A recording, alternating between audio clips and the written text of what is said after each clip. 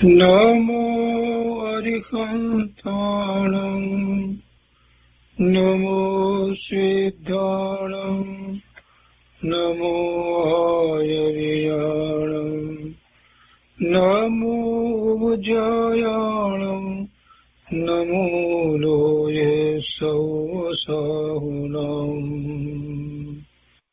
અસપંચનમોકારો સર્વપાવપનાશનો મંગલાણં ચ સૌવર્તે પરમં અવૈમંગલम् અજ્ઞાનતિમિરંધાનાં જ્ઞાનાંજનશલાકયા ચક્ષુન્મીલિतं येन તસ્મૈ શ્રીગુરવે નમઃ મુખાદિવ્યાકુક્ષિરત્નં શબ્દજિતવર્યાત્મજં શ્રીરાજચંદ્રયહું વંદે તત્વલોચનદાયકં પ્રભુતત્વલોચનદાયકં.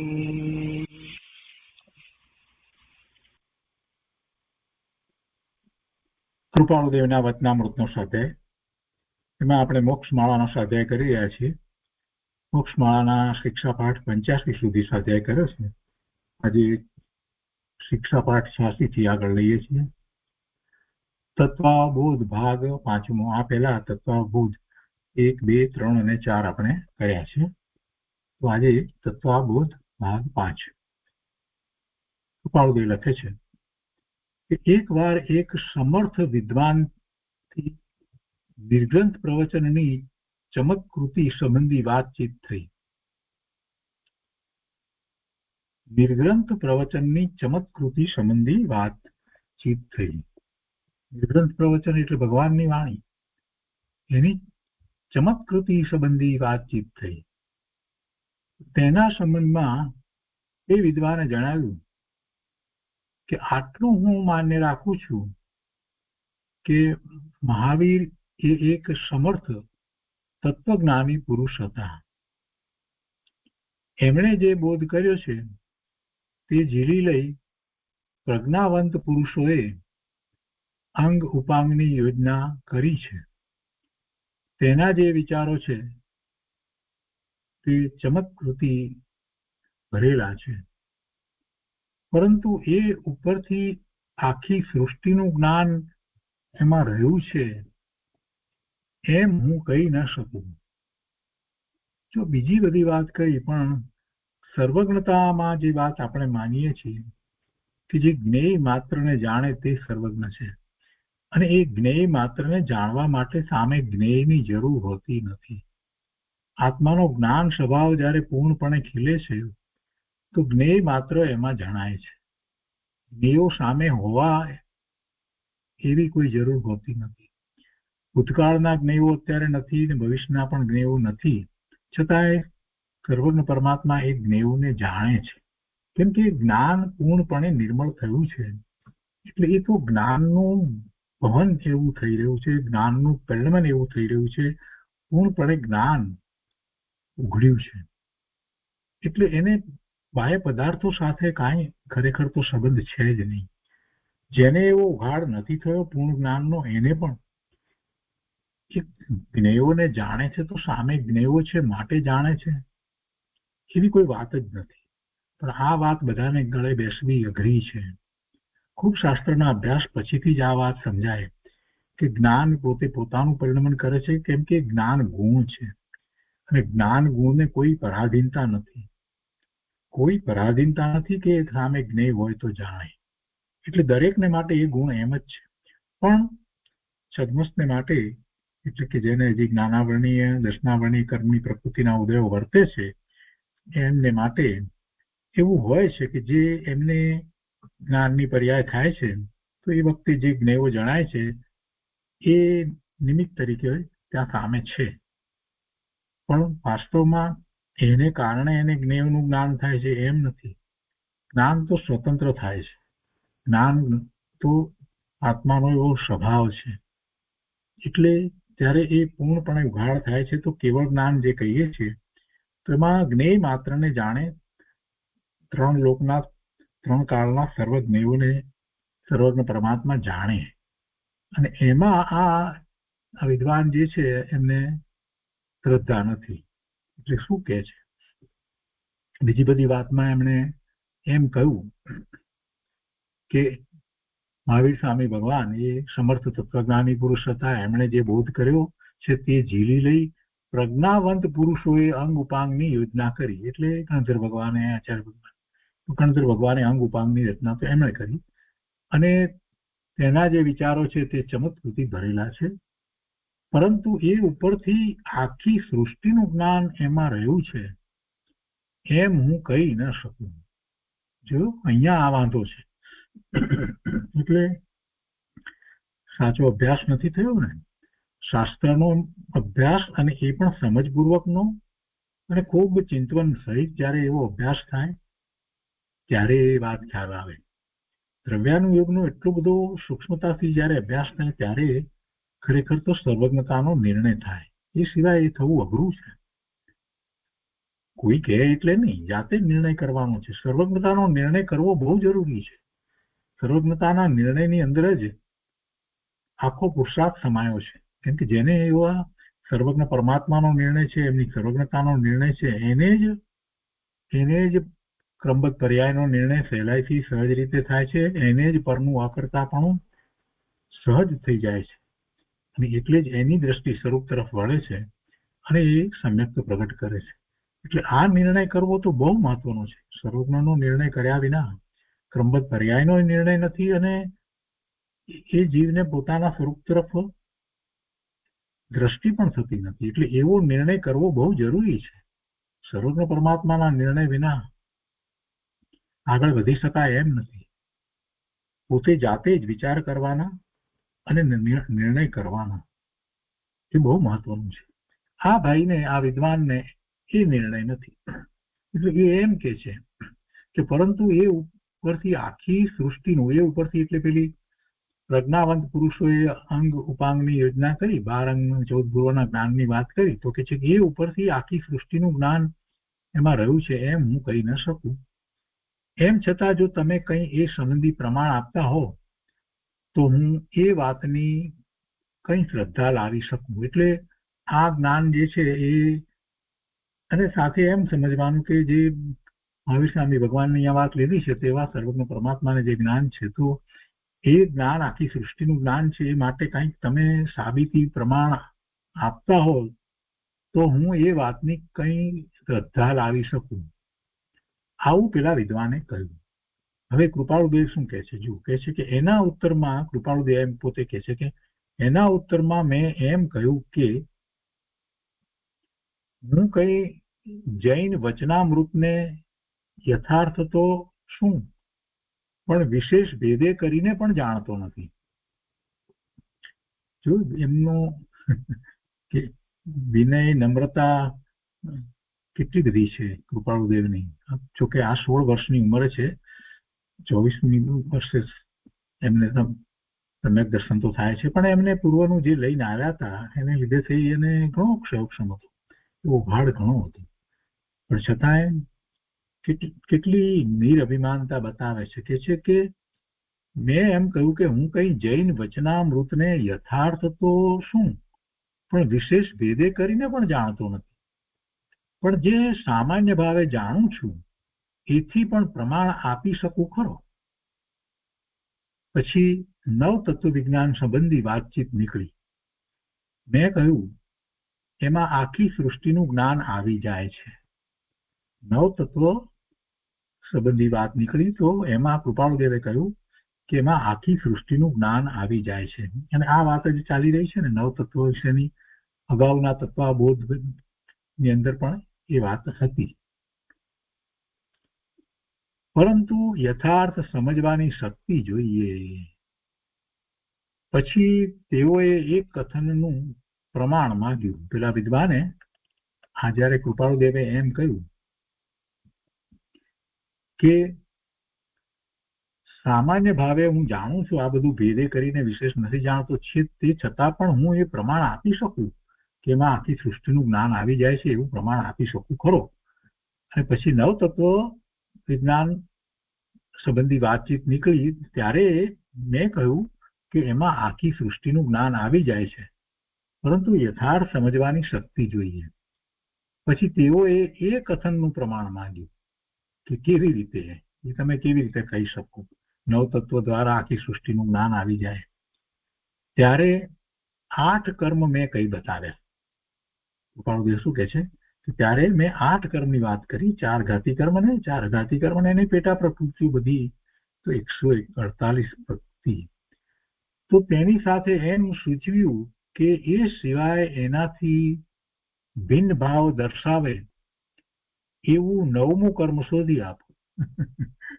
કૃપાળુદેવે તર્ક દ્વારા વાતને લીધી કે આ 8 કર્મ જે કયા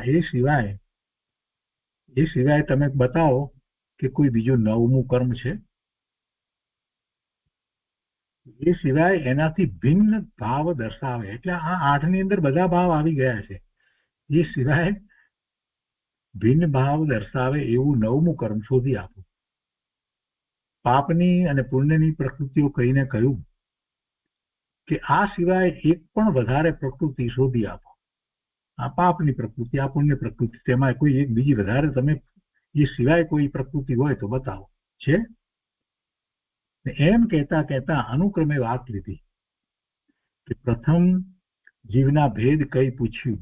પછી બધી વાત એમણે કૃપાળુદેવે એમને કહી. કહે છે પછી પ્રથમ જીવના ભેદ કઈ પૂછ્યું કે એમાં કઈ ન્યૂન અધિક કહેવા માંગો છો, આમાં તમારે ભાઈ વધારે ઓછું કરવું છે. જીવના ભેદની વાત કરી કૃપાળુદેવે. અજીવ દ્રવ્યના ભેદ કઈ પૂછ્યું કે કઈ વિશેષતા કહો છો.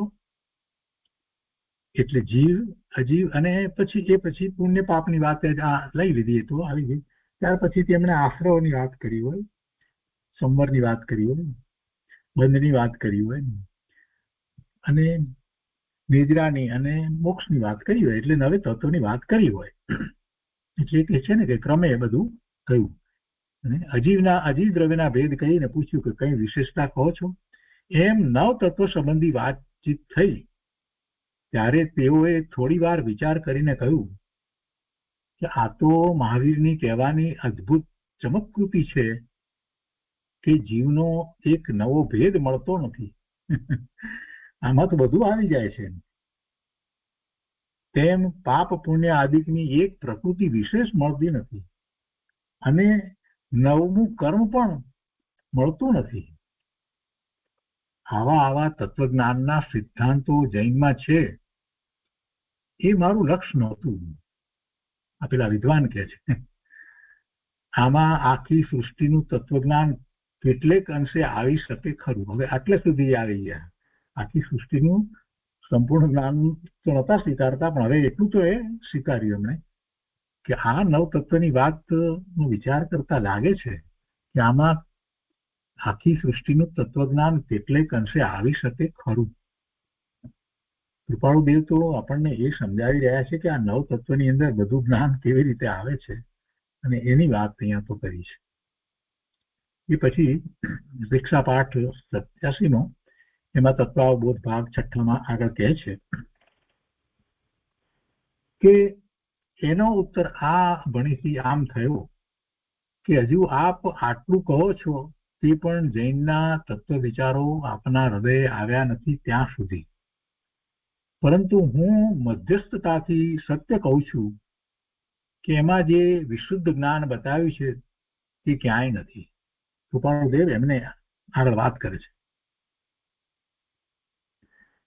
અને સર્વ મતોએ જે જ્ઞાન બતાવ્યું છે તે મહાવીરના તત્વજ્ઞાનના એક ભાગમાં આવી જાય છે. બધા મતોનું જે જ્ઞાન જે છે એ બધું તો મહાવીર સ્વામી ભગવાનના તત્વજ્ઞાનના એક ભાગમાં આવી જાય છે. કેમ કે એ તો બધાએ એકાંતે વસ્તુ સ્વરૂપને લીધું છે અને એકાંત દ્વારા વસ્તુ સ્વરૂપને એમણે જાણ્યું નથી. કોઈ દ્રવ્યને માને છે, કોઈ પર્યાયને નથી માનતા, તો કોઈ એકલી પર્યાયને માને છે, દ્રવ્યને નથી માનતા. આવી જે અનેક પ્રકારે જે વાત જે છે તો એ બધાની વાત જૈન દર્શનમાં તો આવે છે. બધી અપેક્ષાથી કથનો કરવામાં આવ્યા છે. કેમ કે એનું કથન સ્યાદવાદ છે, એક પક્ષી નથી. કોનું?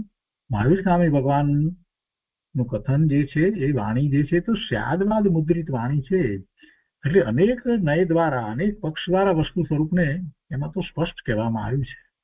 એક એક અપેક્ષા દ્વારા વસ્તુને વિરોધાભાસી લાગતા બે ધર્મોને સ્યાદવાદ દ્વારા કહી શકાય.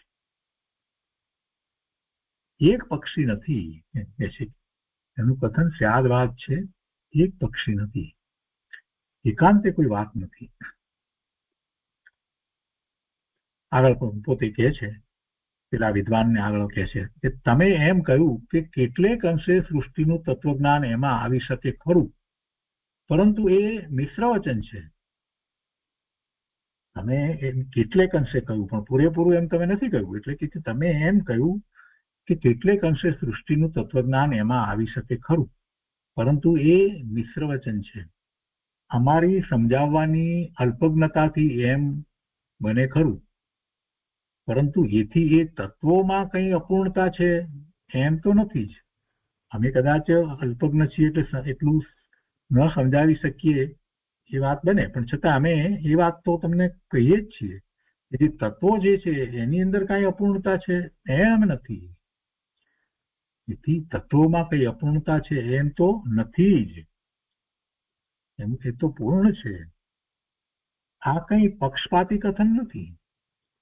વિચાર કરી આખી સૃષ્ટિમાંથી એ સિવાયનું એક 10મું તત્વ શોધતા કોઈ કાળે તે મળનાર નથી.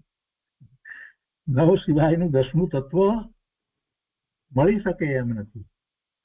8 સિવાયનું 9મું કર્મ મળી શકે એમ નથી. પાપ અને પુણ્ય સિવાય બીજું કઈ મળી શકે એમ નથી.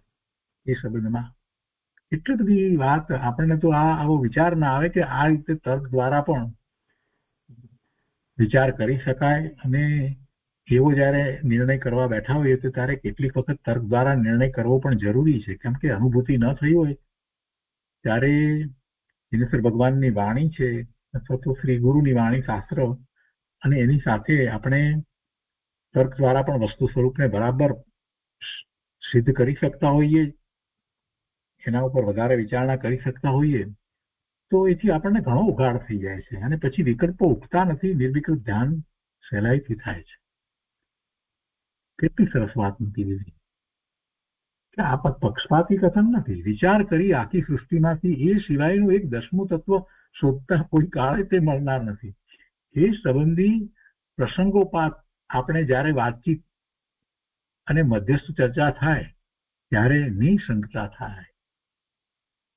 આ વાત કરી એમણે. એટલે પેલા પાછા ઉત્તરમાં કે છે, વિદ્વાન પાછા કે છે કે ઉત્તરમાં તેઓએ કહ્યું કે આ ઉપરથી મને એમ તો નિશંકતા છે કે જૈન અદ્ભુત દર્શન છે. શ્રેણીપૂર્વક તમે મને કેટલાક 9 તત્વના ભાગ કહી બતાવ્યા, તેથી હું એમ બે ધડક કહી શકું છું કે મહાવીર ગુપ્ત ભેદને પામેલા પુરુષ હતા. ગુપ્ત ભેદને પામેલા પુરુષ હતા. એનો ગુપ્ત ભેદ? આત્માનો, વસ્તુ સ્વરૂપનો, જગતના સ્વરૂપનો ભેદ જે બીજાને ખ્યાલ નથી. બીજાને ક્યાંથી ખ્યાલ હોય? એવો પ્રયત્ન પુરુષાર્થ કરે નહીં પછી ક્યાંથી ખ્યાલ હોય?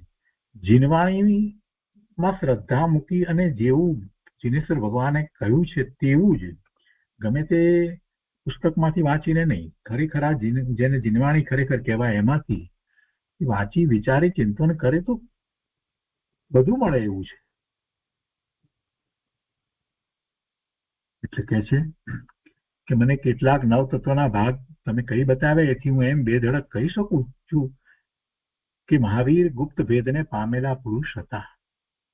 એમ સહજ સાજ વાત કરીને ઉપનેવા, વિઘ્નેવા અને ધુવેવા એ લબ્ધિ વાક્ય મને તેઓએ કહ્યું. ઉપનેવા એટલે ઉત્પત્તિ વિશેની વાત છે, વિઘ્નેવા એટલે એનો વિનાશ, વ્યય એની વાત છે, અને ધ્રુવેવા એટલે ધ્રુવ, એ 3ની વાત. તો એ લબ્ધિ વાક્ય મને તેઓએ કહ્યું. એ કહી બતાવ્યા પછી તેઓએ એમ જણાવ્યું કે આ શબ્દોના સામાન્ય અર્થમાં તો કોઈ ચમત્કૃતિ દેખાતી નથી. ઉપજવું, ઉપનેવા એટલે ઉપજવું, વિઘ્નેવા એટલે નાશ થવું, અને ધ્રુવેવા એટલે અચળતા, એમ એ ત્રણેય શબ્દોનો અર્થ છે. પરંતુ શ્રીમાન ગણધરોએ તો એમ દર્શિત કર્યું છે કે એ વચનો ગુરુમુખથી શ્રવણ કરતા આગળના ભાવિક શિષ્યોને દ્વાદશાંગીનું આશયભરિત જ્ઞાન થતું હતું.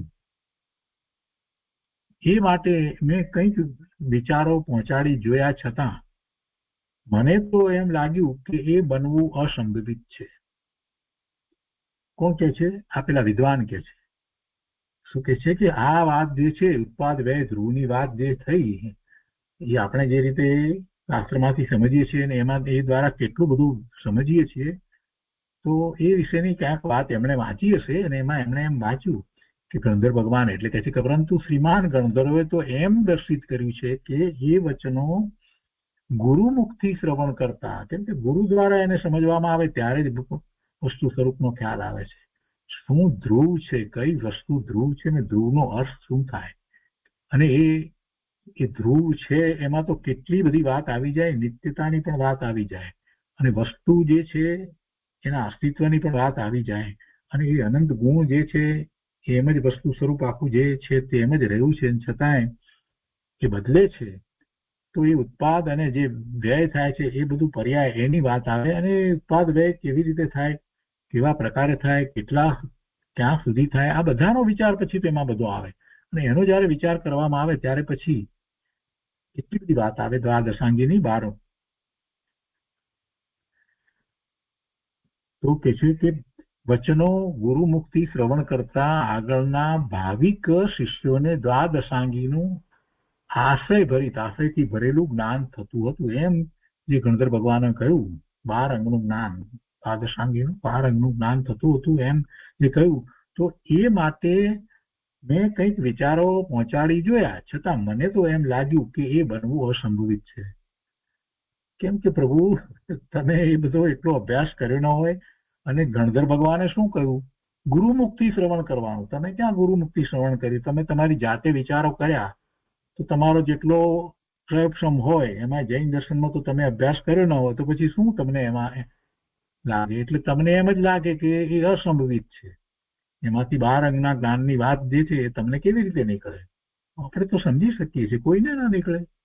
શ્રી ગુરુના મુખથી જે રીતે વાત છે તે રીતે સમજવામાં આવે તો ખ્યાલ આવે કે એમાં શું ભરેલું પડ્યું છે. એ માટે મેં કંઈક વિચારો પહોંચાડી જોયા છતાં મને તો એમ લાગ્યું કે એ બનવું અસંભવિત છે.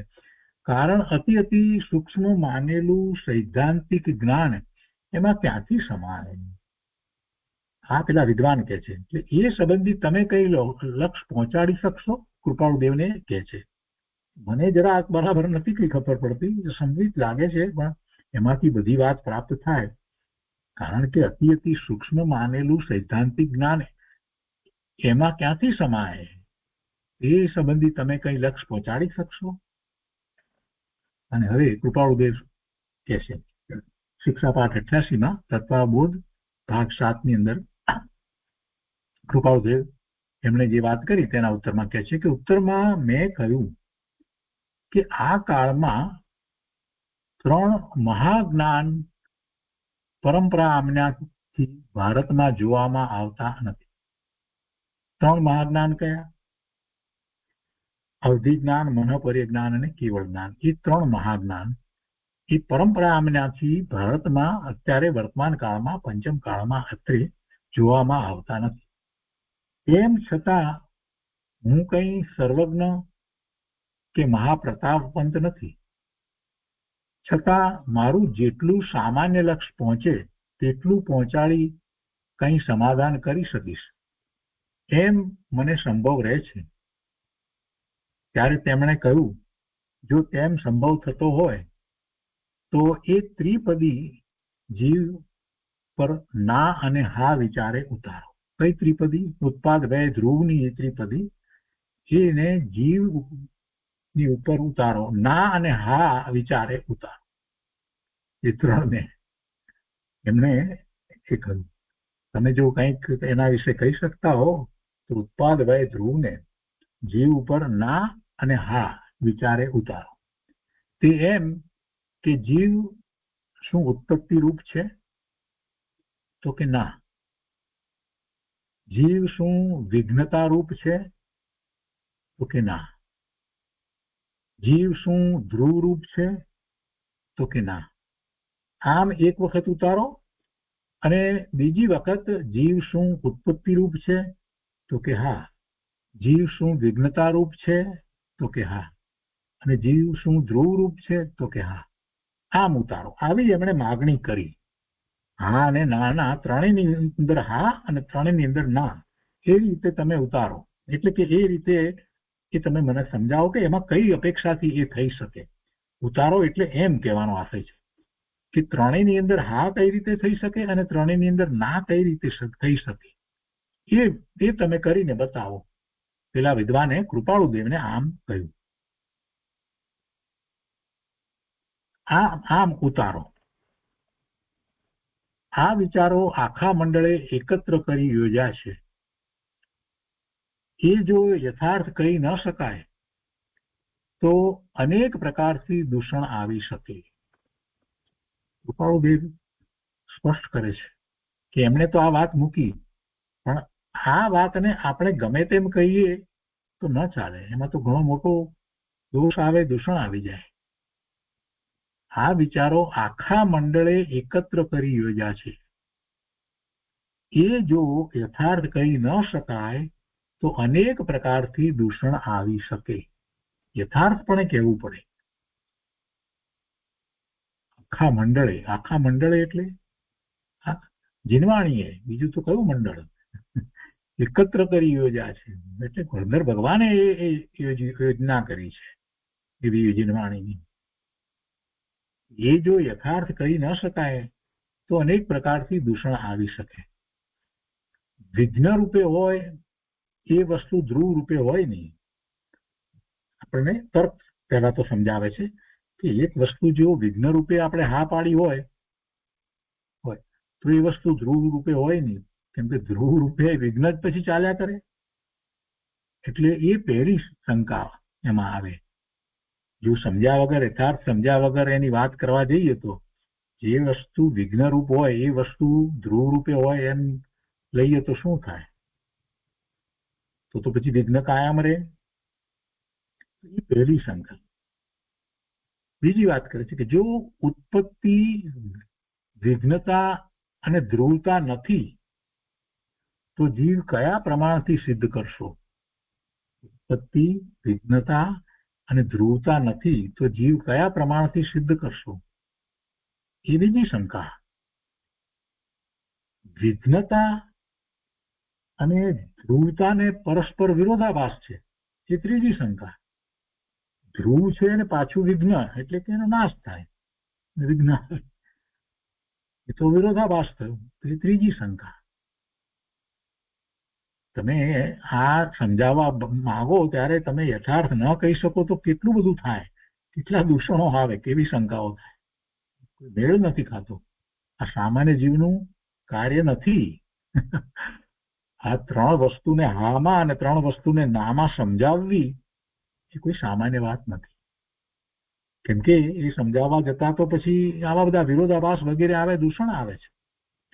હજી પણ આગળ પણ કહે છે, કૃપાળુદેવ કહે છે કે જીવ કેવળ ધ્રુવ છે તો ઉત્પત્તિમાં હા કઈ એ અસત્ય. જો ધ્રુવ છે તો પછી એમાં ઉત્પત્તિ ક્યાંથી આવી? એ અસત્ય થાય. એ ચોથો વિરોધ થયો. અને ઉત્પન્ન યુક્ત જીવનો ધ્રુવ ભાવ કહો તો ઉત્પન્ન કોણે કર્યો? ઉત્પન્ન યુક્ત જીવનો ધ્રુવ ભાવ કહો તો પછી ઉત્પન્ન કોણે કર્યો? એ પાંચમો વિરોધ આવે. આપણે તો સમજ્યા છીએ કે દ્રવ્ય અપેક્ષાએ વસ્તુ ધ્રુવ છે અને પર્યાય અપેક્ષાએ એના ઉત્પાદ અને વ્યય છે. વસ્તુ ધ્રુવ પણ રહી અને પલટે છે. એટલે આપણને તો એ વાત બેસી ગયેલી છે, પણ જો આ રીતે તર્ક કરવા જઈએ, બીજા અન્યમતીને સમજાવવા બેસીએ તો એ અનેક પ્રશ્ન કરે અને એમાં આપણે તો કઈ જવાબ ના આપી શકીએ. એટલે યથાર્થ એવી સમજણ ન હોય તો એ બીજા કોઈને સમજાવવા જવું એ તો મોટી મૂર્ખાઈનું કારણ થશે. કેમ કે તમને એ વાદ વિવાદમાં એવી રીતે હરાવી દેશે કે તમે તમારી માન્યતાને છોડી દેશો, એવું થઈ જાય. એટલે સમજપૂર્વક વાદ વિવાદમાં પડવું, બને ત્યાં સુધી વાદ વિવાદમાં પડવું નહીં. અને સામો વ્યક્તિ સમજવા આવ્યો હોય અને તમે જાણતા હો, સારી રીતે સમજાવી શકો એમ હોય તો એની સાથે વાત કરવી, અન્યથા વાત ના કરવી. એ વાતને એમ કહેવી કે ભાઈ હું તમને સમજાવી નહીં શકું, હું માનું છું, પણ હું તમને એ બધી વાતને તર્ક દ્વારા કે કોઈ રીતે સમજાવી શકું એમ નથી, ફક્ત હું તમને કહું એમ કરીને વાત પૂરી કરવી. કેમ કે દલીલમાં ઉતરવા જેવું નથી. જો કોઈ ગમે તે વ્યક્તિ આ ત્રણને ઉત્પાદ વ્યય ધ્રુવને હામાં અને ઉત્પાદ વ્યય ધ્રુવને નામાં સમજાવવા જાય તો પેલો સામો જે દલીલ કરે એમાં તો કેટલા બધા પ્રશ્નો ઉભા થાય. અને પછી તો એ માન્યતા ને ખોટી ઠરાવે કે આના આવું જૈન દર્શનમાં કહ્યું છે બધું ખોટું છે એમ કહી દે. બહુ સમજવા જેવી વાત છે. આ 5 તો વાત કરી આપણે, 5મો વિરોધ. અને પછી કે છે કે અનાદિપણું જતું રહે છે, એ 6ઠ્ઠી શંકા. ધ્રુવ કહો છો ને પછી ઉત્પાદ ને બધી વાત કરો છો તો અનાદિપણું જતું રહે છે, જેની આદિ નથી એમ જે કહો છો એ તો પછી રહેતું નથી. કેવળ ધ્રુવ વિઘ્ન રૂપે છે એમ કહો તો પછી ચાર્વાક મિશ્ર વચન થયું. ચાર્વાક માનતા જ નથી. કેવળ ધ્રુવ વિઘ્ન રૂપે છે એમ કહો તો એ તો ક્યાં આત્માને માને છે વસ્તુને? ચાર્વાક મિશ્ર વચન થયું. એ 7મો દોષ. ઉત્પત્તિ અને વિઘ્ન રૂપ કહેશો તો કેવળ ચાર્વાકનો સિદ્ધાંત, એ 8મો દોષ. ફક્ત ઉત્પત્તિ ની વિઘ્ન એટલે કે ઉત્પાદ અને વ્યય માનો, ધ્રુવને માનવાનું જ નહીં. બૌદ્ધમાં પણ એવું જ છે ને. 8મો દોષ. ઉત્પત્તિની ના પાડો, ઉત્પત્તિની ના અને વિઘ્નતાની ના અને ધ્રુવતાની ના કઈ, પાછી ત્રણેયની હા કઈ, એના પુનઃરૂપે 6 દોષ. ત્રણેયની ના કેવી ને પછી ત્રણેયની હા કેવી એટલે 6 દોષ થાય. એકવાર હા પાડો એકવાર ના પાડો એટલે શું? એટલે સરવાળે 14 દોષ ગણાવ્યા એમને, બરાબર ને? આ 6 એટલે પેલા 8 અને આ 6 એટલે 14 દોષ. તો કેવળ ધ્રુવતા જતા તીર્થંકરના વચન તૂટી જાય એ 15મો દોષ. કેવળ ધ્રુવતા જતા તીર્થંકરના વચન તૂટી જાય એ 15મો દોષ.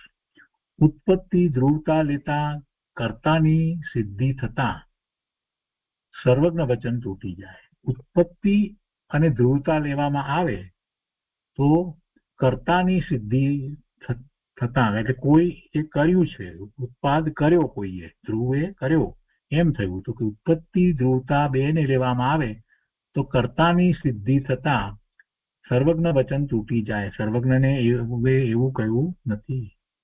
કર્તાપણાની વાત ક્યાં છે? સ્વયં સંચાલિત જગત ને જગતના બધા પદાર્થોનું પરિણમન સ્વયં થાય છે. કોણ કોનો કરતા? પર્યાયના ઉત્પાદની વાત આપણે જાણીએ છીએ કે એના ષટકારકો 6 કારકો એના પોતાના છે. એ જે વાત સર્વજ્ઞએ જે કહી છે એ વચન રહેતું નથી, કેમ કે તમે કરતા કહ્યું. એ 16મો દોષ. અને ઉત્પત્તિ વિઘ્ન રૂપે પાપ પુણ્ય આદિકનો અભાવ એટલે ધર્મ અધર્મ સઘળું ગયું, એ 17મો દોષ. અને ઉત્પત્તિ વિઘ્ન અને સામાન્ય સ્થિતિથી, કેવળ અચળ નહીં પણ સામાન્ય સ્થિતિથી ત્રિગુણાત્મક માયા સિદ્ધ થાય, એ 18મો દોષ. એમ 18 દોષ આવે. એટલે યથાર્થ સમજાવો અને યથાર્થ સમજાવી શકો તો જ સમજાવી શકાય કે ઉત્પાદ વ્યય ધ્રુવમાં કઈ રીતે ત્રણેયમાં હા છે અને એ ત્રણેયમાં કઈ રીતે ના છે. હવે એ કૃપાળુદેવ કેવી રીતે સમજાવે છે એ હવે એના પછીના ભાગમાં આવશે. તો આ શિક્ષા પાઠ 88 થયો. હવે શિક્ષા પાઠ 89 ની અંદર તત્વબોધ ભાગ 8 ની અંદર કૃપાળુદેવ આગળ કહે છે એટલા દોષ, 18 દોષની વાત કરીને, એટલા દોષ એ કથનો સિદ્ધ ન થતા આવે છે. જે કથનને સિદ્ધ ન કરવામાં આવે બરાબર સરખી રીતે શાસ્ત્રને, તો 18 દોષ આવી શકે. એક જૈન મુનિએ મને અને મારા મિત્ર મંડળને એમ કહ્યું હતું કે જૈન સપ્તભંગી નય અપૂર્વ છે અને એથી સર્વ પદાર્થ સિદ્ધ થાય છે. આપણે સપ્તભંગી કરી છે પ્રવચન સારમાંથી 72મી ગાથા ઘણી વાર કરી છે. કેમ કે અનેકાંતનો દ્વારા વસ્તુ સ્વરૂપ છે, તો સ્યાદવાદની વાત કરીને સ્યાદવાદમાં આપણે સપ્તભંગીને બહુ સારી રીતે સમજ્યા છીએ. કૃપાળુદેવને આ 16 વર્ષની ઉંમરે સપ્તભંગીનું જ્ઞાન હતું, એટલે કહે છે ને કે જે જૈન સપ્તભંગી નય અપૂર્વ છે. કોણે કહ્યું? જૈન મુનિએ. જૈન મુનિએ મને અને મારા મિત્ર મંડળને એમ કહ્યું હતું કે જૈન સપ્તભંગી નય અપૂર્વ છે અને એથી સર્વ પદાર્થ સિદ્ધ થાય છે. નાસ્તિ અસ્તિના એમાં અગમ્ય ભેદ રહ્યા છે. આપણે પણ જાણીએ છીએ, વસ્તુને જ્યારે અસ્થિપૂર્વક કહીએ છીએ તો એ જ વખતે એની સાથે ગર્ભિતપણે નાસ્તિથી શું કથન છે એને આપણે સમજવું જોઈએ. સ્વથી જ્યારે અસ્થિ કહીએ, પોતાનું અસ્તિત્વ સ્વથી છે એમ અસ્થિ કહીએ છીએ, તો એમાં બીજી વાત સાથે આવી જાય છે કે પરથી નાસ્તિ. પરથી નાસ્તિ છે એ વાત એમાં આવી જાય છે. હું સ્વથી છું તો પરથી નથી. અસ્થિ અને નાસ્તિ બંને વાત છે. અત્યારે હવે સપ્તભંગી લેવી નથી. અહીંયા આપણે કૃપાળુદેવના વચનામૃત કરી રહ્યા છીએ, એટલે અત્યારે એ વિષય નથી લેવો, પણ જરાક વાત આપણે એટલા માટે લઈએ છીએ કેટલીક વાત કે જેથી કરીને સ્પષ્ટતા. શું કહે છે ગુરુદેવ? કૃપાળુદેવ શું કહે છે કે નાસ્તિ અસ્થિના એમાં અગમ્ય ભેદ રહ્યા છે. આ કથન સાંભળી અમે બધા ઘેર આવ્યા. કોણ? કૃપાળુદેવ અને એમનું મિત્ર મંડળ, એ બધા ઘેર આવ્યા. પછી યોજના કરતા કરતા આ લબ્ધિ વાક્યની જીવ પર યોજના કરી, જીવ ઉપર એ વાતને ઉતારી. મુનિ પાસેથી સાંભળીને આવ્યા પછીથી એમને કહ્યું ને કે આ જૈન સપ્તભંગી જે છે એમાં જે નય જે છે કે છે તે અપૂર્વ છે. એ બધી વાતને સાંભળીને આવ્યા પછીથી કૃપાળુદેવ કહે છે કે અમે આવ્યા પછી યોજના કરતા કરતા આ લબ્ધિ વાક્યની જીવ પર યોજના ઉતારી. એટલે કે એ આખો તર્ક, યોજના એટલે તર્ક આખો કઈ રીતે હોય એ વાતને ઉતારી, જીવ પર ઉતારી, જીવ પર યોજના કરી. હું ધારું છું કે એવા નાસ્તિ અસ્થિના બંને ભાવ જીવ પર નહીં ઉતરી શકે. લબ્ધિ વાક્યો પણ ક્લેશ રૂપ થઈ પડશે. યદી એ ભણી મારી કંઈ તિરસ્કારની દ્રષ્ટિ નથી. આના ઉત્તરમાં મેં કહ્યું કે હવે આ વાત જે છે પેલા વિદ્વાનની વાત છે, અને કદાચ આ પહેલું જે કહ્યું હોય એ પણ પેલા વિદ્વાને કહ્યું હોય એમ મને 18 દોષ પછીથી જે કહ્યું હોય તો, અથવા તો કૃપાળુદેવને આ વાત સાંભળી હોય ને પછી પણ પેલા એ તરત જ એનો જવાબ આપ્યો હોય કે આ જે તમે જે વાત કરો છો પણ એ પોતે હજી સ્વીકારતા નથી. એટલે એમ કે છે કે આ કથન સાંભળી અમે બધા ઘેર આવ્યા પછી યોજના કરતા કરતા આ લબ્ધિ વાક્યની જીવ પર યોજના કરી. તો હું ધારું છું કે એવા નાસ્તિ અસ્થિના બંને ભાવ જીવ પર નહીં ઉતરી શકે. આ વાત જે છે એ પેલા વિદ્વાનની વાત છે. લબ્ધિ વાક્યો પણ ક્લેશ રૂપ થઈ પડશે. યદી એ ભણી મારી કંઈ તિરસ્કારની દ્રષ્ટિ નથી, છતાં પણ એ વાત નહીં બની શકે એમ પેલા વિદ્વાને કહ્યું. તો આના ઉત્તરમાં મેં કહ્યું કે આપે જે નાસ્તિ અને અસ્થિ નય જીવ પર ઉતારવા ધાર્યો, એટલે એમણે એ પ્રયત્ન કર્યો પેલા. એટલે પહેલી આ વાત જે છે ને અહીંયા સ્પષ્ટ નથી કર્યું, પણ એમ લાગે છે કે આ મુનિ પાસેથી સાંભળી, એ પેલા વિદ્વાને સાંભળ્યું એમ લાગે છે. તો આપણે એ રીતે વિચાર કરીએ કે એક જૈન મુનિએ મને અને મારા મિત્ર મંડળને એમ કહ્યું કે જૈન સપ્તભંગી નય અપૂર્વ છે. એટલે આ બધી વાત પેલા વિદ્વાને કહી અને એથી સર્વ પદાર્થ સિદ્ધ થાય છે. એટલે પછી ઘેરે આવીને એમને એ પ્રયત્ન કર્યો નાસ્તિ અસ્થિના એમાં અગમ્ય ભેદ રહ્યા છે. અને આ કથન સાંભળી અમે બધા ઘેર આવ્યા. પછી યોજના કરતા કરતા આ લબ્ધિ વાક્યની જીવ પર યોજના કરી. અને હું ધારું છું કે એવા નાસ્તિ અસ્તિના બંને ભાવ જીવ પર નહીં ઉતરી શકે. આ પેલા વિદ્વાને વાત કરી. નાસ્તિ અને અસ્તિના બંને ભાવ જીવ પર નહીં ઉતરી શકે એમને એમ લાગે. અરે ભગવાન, જ્યાં સુધી સર્વજ્ઞ પરમાત્માની વાણીમાંથી ગણધર ભગવાને જે રચના કરીને એમાંથી જે આચાર્ય ભગવાનોએ શાસ્ત્રની રચના કરી છે એને જ્યાં સુધી સારી રીતે સમજવામાં ના આવે ત્યાં સુધી કોઈને આ વાત તો પકડાય એમ નથી કે જીવ પર નાસ્તિ ને અસ્તિ બંને ભાવ કેવી રીતે આવે. એ તો ક્યાંથી સમજાય? કોઈને નહીં સમજાય.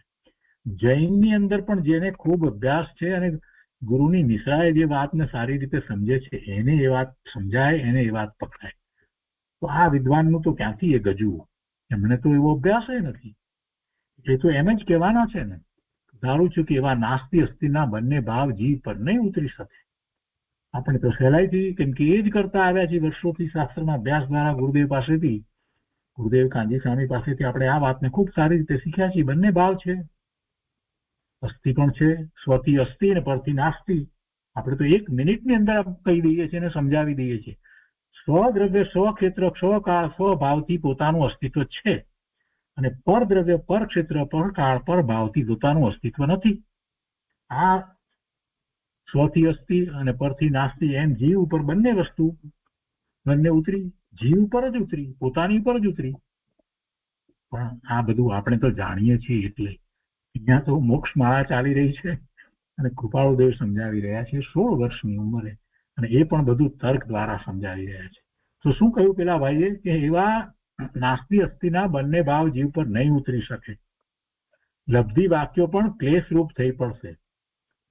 यदि એ ભણી મારી કઈ તિરસ્કારની દ્રષ્ટિ નથી એમ પેલા વિદ્વાને કહ્યું. તો આના ઉત્તરમાં મેં એટલે કૃપાળુદેવે કહ્યું કે આપે જે નાસ્તિ અને અસ્તિને જીવ પર ઉતારવા ધાર્યો તે સનિક્ષેપ શૈલીથી નથી,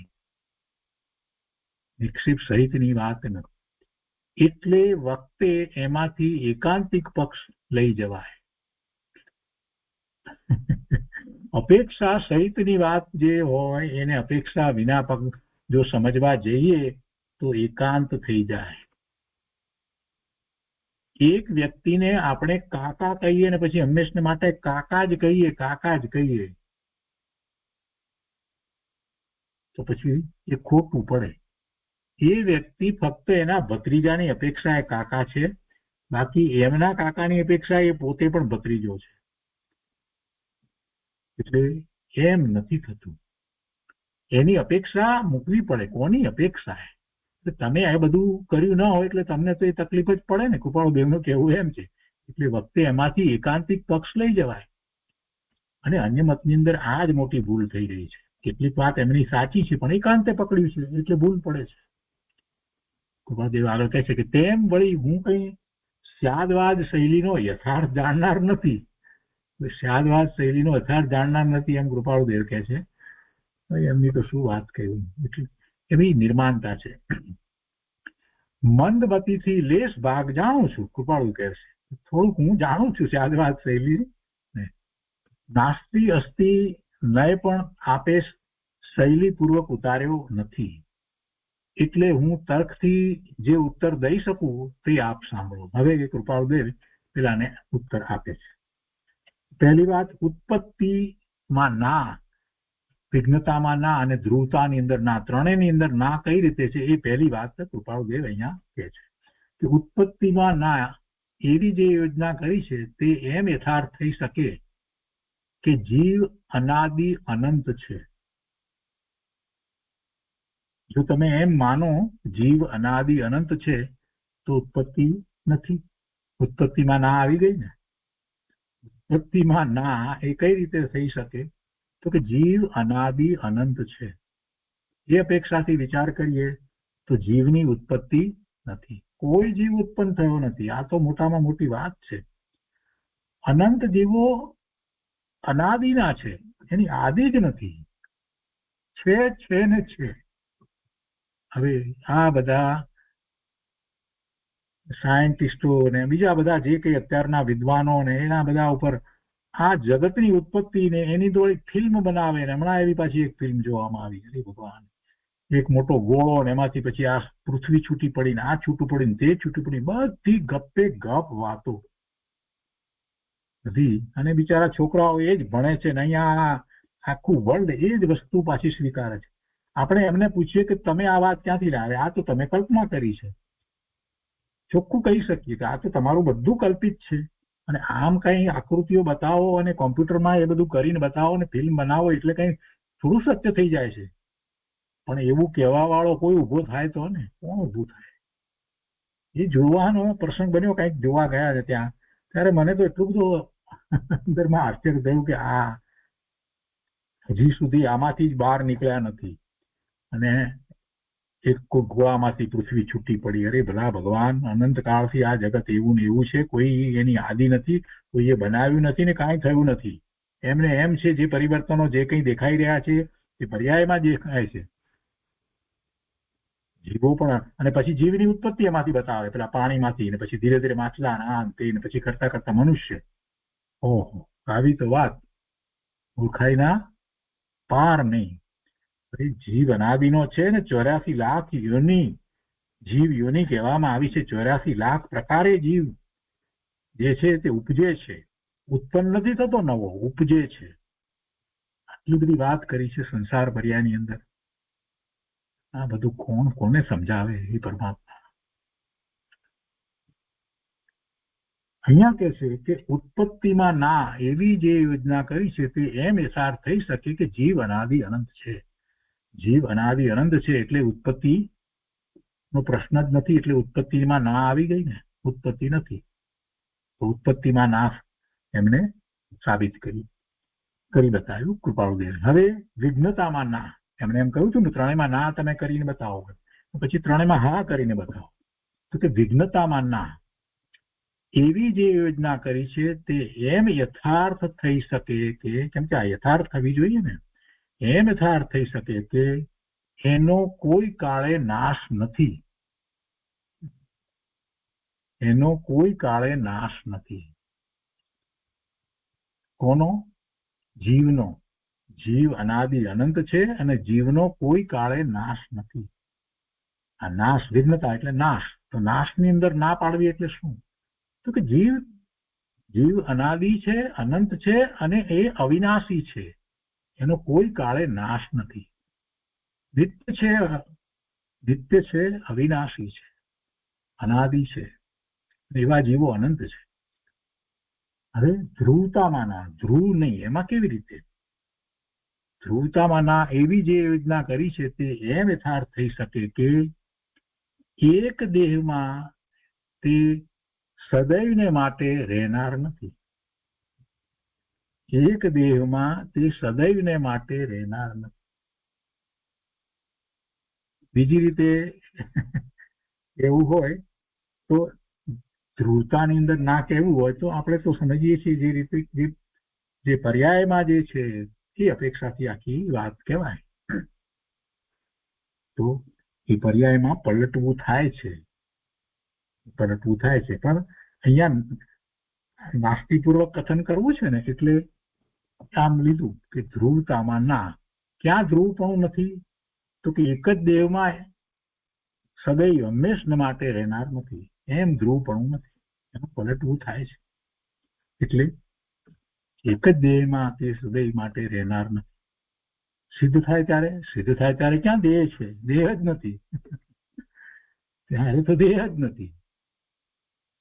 તો આ રીતે એમને ના કહી બતાવી કૃપાળુદેવે પેલા વિદ્વાનને ત્રણેયમાં ના કહી બતાવી. અને ત્રણેયની અંદર હવે હા કેવી રીતે કહે છે એ વાત લઈએ. શિક્ષા પાઠ 90, તત્વાબોધ ભાગ 9. ઉત્પત્તિમાં હા એવી જે યોજના કરી છે તે એમ યથાર્થ થઈ શકે કે જીવનો મોક્ષ થતા સુધી એક દેહમાંથી ચ્યવન પામી તે બીજા દેહમાં ઉપજે છે. હા, ઉત્પત્તિમાં હા એટલે પર્યાયની અપેક્ષાથી વાત થઈ. ભવના ભ્રમણ જે ઉત્પત્તિ થાય છે તો ક્યાં એમાં હા કેવી રીતે ઉત્પત્તિમાં? તો આ રીતે હા કે જ્યાં સુધી જીવનો મોક્ષ નથી થતો ત્યાં સુધી, એટલે મોક્ષ થતા સુધી એક દેહમાંથી ચ્યવન પામી અને બીજા દેહમાં ઉપજે છે, સંસાર ભયમાં મર્યાદામાં ભવના ભ્રમણો કરે છે, એટલે દરેક ભવમાં એને જુદું જુદું શરીર હોય છે.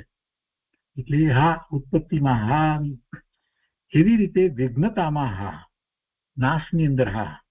તો કે છે કે એવી જે યોજના કરી છે તે એમ યથાર્થ થઈ શકે કે તે જે દેહમાંથી આવ્યો ત્યાંથી વિઘ્ન પામ્યો, વા ક્ષણ ક્ષણ પ્રતિ એની આત્મિક રિદ્ધિ વિષયાદિક મરણ વડે રૂંધાઈ રહી છે, એ રૂપે વિઘ્નતા યોજી શકાય છે.